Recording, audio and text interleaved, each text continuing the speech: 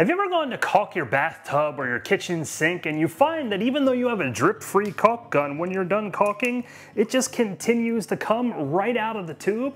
Well, there's a few different reasons why this can happen, and I'll break them all down for you right now.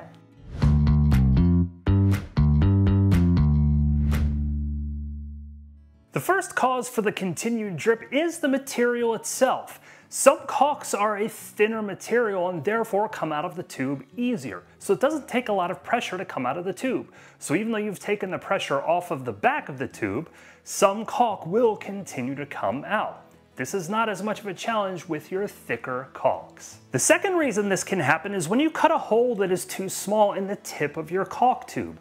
You have to squeeze the handle very hard in order to get material out, and a lot of material will not come out fast enough. You build up pressure inside the tube as a result, and when you let go of the handle, that pressure tries to expel itself out of the tube. So in a situation like this, all you need to do is just cut a little bit of a larger hole in order to allow the tube to release pressure evenly. And number 3, and this is the biggest cause of this problem, it's simply too much air inside of the caulk tube. You may have air bubbles that are trapped inside, which will continue to expand and try and force their way out even though you're not putting pressure on the tube.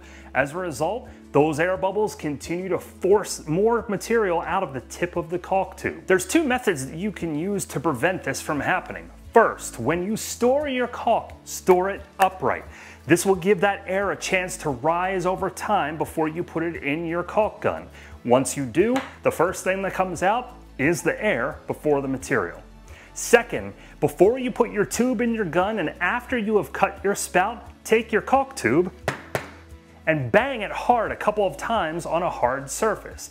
This will help get that air moving inside the tube so that when you get it into your gun, it will just help alleviate some of that air pressure. But overall, there is one test that you can run just to make sure that it's not your drip-free caulk gun.